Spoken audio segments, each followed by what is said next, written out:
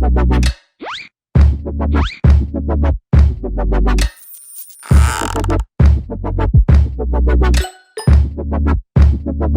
everyone, Board Game Brody here with my channel, Let's Table It, where we get games to the table. I have a prototype copy of Monsters Love Vegas by Glass Shoe Games. This might be categorized as a flip and write game. You're flipping over cards, and then each player has their own player board, a wipe-off board that they will be using with a marker to change as they trade for different items. And that's exactly what you're trying to do. Trade your items to get more items to complete goals and find better ways to score points with possible premium items. Monsters have gone on vacation, and guess where they wanted to go? Yep, Las Vegas. While there, each monster is trying to collect the best items that Las Vegas has to offer them. Here is the game set up. The game is played over 12 rounds, and there is one of these turn cards used for each round. Up here are the 3 goal cards with different points rewarded for having the listed items on those cards. If you have those items at the end of the game, then you will score those points. You can only score each card once, and you cannot overlap items used for one card to complete another card.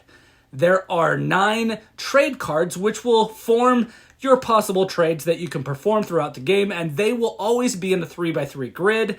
These trades are created to help you use your poker chips and your playing cards to get more stuff. Players all play at the same time, and at the beginning of a round card is flipped over. Each box shaded yellow indicates the card that is supposed to be flipped over to the other side, as there are other items offered on the other side of all the cards. After flipping over all the indicated cards, all players will choose one trade to perform. This happens by trading the item listed on the left to gain the item listed on the right.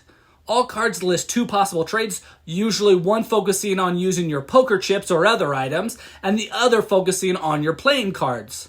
Now, at the beginning of each game, every player starts with 4 poker chips and 3 playing cards, and so you will need to find a trade to either use a poker chip or sometimes multiple chips, or a playing card or multiple playing cards.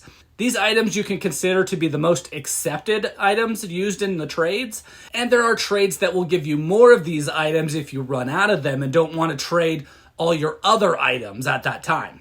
As there are 12 rounds in the game and you start with 7 total items, you will eventually need to either trade for more chips or cards, or trade other items that you have found throughout the game for other items. So when finding your desired trade, you will erase your item that you are giving up using the number bar if using poker chip and playing cards, but you might later erase a bullet point below to make a trade if you're trading a different item, but then you will fill in the newly acquired item, filling in that bullet point with your marker, showing that you have gained it. After all players have performed their trade, the next turn card is turned over. The yellow highlights indicate the cards that need to be flipped over to the other side, and all players perform their trades. So this time I will trade a playing card for 3 chains, as I need some of those for this current goal over here. Now let's zoom forward to the 8th round, and you can see I have increased my items, but still need other items for my goals that I want to complete. But let me show you a trade not using the poker chips or playing cards. I will trade a bracelet and one of my keychains for 2 pairs of shorts. This will match nicely with the jackets I have and get me more additional points. After 12 rounds, each player should have performed 12 total trades. If you decide you don't want to perform a trade, you can fill in 1 bullet point here, indicating that you passed on your turn, giving you -1 point for each of those that you fill in. Scoring is then performed after the 12 rounds. You will gain the listed amount of points for your poker chips and the playing cards listed on the right side there. The more you have, the better off you are. But if you ran out, which is likely, without trading for more, you get -1 points for each of those if you ran out of both of them. These are good items to have, but they are not helping you complete any of the goals in addition to the points that you gain from having them. You can then trade 1 magic rabbit in for 2 of the same basic items. And this might be something that you need to complete one of your goals or whatever you think might help. If nothing, then all basic items will give you a point for each pair of the same item. So you just pick an item that doesn't have a pair or make a pair with the 2 new items, giving you at least 1 point at the end of the game. Each slot machine is then used by choosing a basic item to score a second time. So if you have more than one slot machine, you will need to choose a different item for each time. So if you have 6 stakes, it would score 3 points as they are basic items, but now you can score them again for another 3 points, making a total of 6 points. Slot machines can be worth getting if you have a lot of the same item. Flamingo Cups are scored based on how many you have. The points are listed on the bullet points as you mark them off. So at the end of the game, you can kind of erase that further mark to the right to see how many points that you earned for collecting your Flamingo Cups. Next, whoever has the most key cards will score 7 points, and the player with the second most will score 4 points. If everyone is ignoring this scoring method, then make sure you take advantage of that. But if everyone ends up fighting for this, then it's more likely to benefit you or any players not going for the key cards and let everyone else fight. For each pair of jacket and shorts, you will gain 5 points for each combo. If you need one of the items for a goal card, it might be worth getting the other to score these extra points. For each time you pass, indicated by filling in one of these bullets here, you gain -1 point for each one of those. And for each pair of the same basic item, you will score 1 point. Players will then gain points for completing goal cards. Again, you will need to have items shown on the card to gain these items, and you cannot reuse items used for another goal card that you've already used for another. When first playing, your overall goal or a direction for you when starting the game should be to complete these goal cards here. After that, the player with the most points will win the game.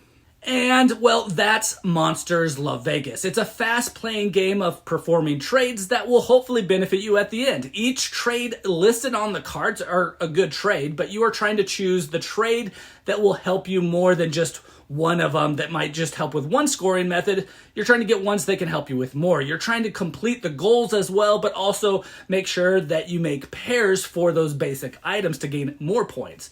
Or you can get Magical Rabbit and use those to get a pair of basic items that you might need for the goal cards. Who knows? Or if you have a lot of basic items, a slot machine will score you additional points. No one is going after the key cards? Well, then snag one for yourself. Want to try something different? Go for the Flamingo Cups. Maybe trade for items that you can use to trade back for more poker chips or playing cards. If you think you have more key cards than everyone else, well, then you can use 1 plus a lion's head to gain 3 poker chips. And increasing those by the end of the game is a good way to get additional points. A Statue of Liberty statue and a Magical Rabbit can give you 3 playing cards, and that's a pretty good trade. There are a lot of different combinations in the game, but again, you need to pay attention to the goal cards as well. Each card has the 2 equations on how you can gain a specific item. So if you're looking for a specific thing, you just look on the right of the equations and see what the items are that you want, and then see what it takes to exchange for those items. If your item is not listed, it's on the back of one of the other cards, and you will have to wait till it gets flipped over or something happens over the turns to be able to make that trade. Overall, the game is easy for kids to understand. My kids had no problems figuring out how the game worked. In fact, my 8-year-old beat me multiple times when playing the game for the first couple times. It's a great way to also teach the kids about options and trading for things that you need and not just to do it. The game is for 1 to 8 players. The game is not 100% finalized yet, and heard there are some plans to do some extra unique things with the game. This also looks like Sarah Ship's second design to be published and the 5th title for Glass Shoe Games, so help support them. Again, this is Brody with Let's Table It, where we get games to the table. Please like and subscribe to our channel. We are new and working hard to bring to you videos like this one so that you know if these games are ones that you want to get to your own table.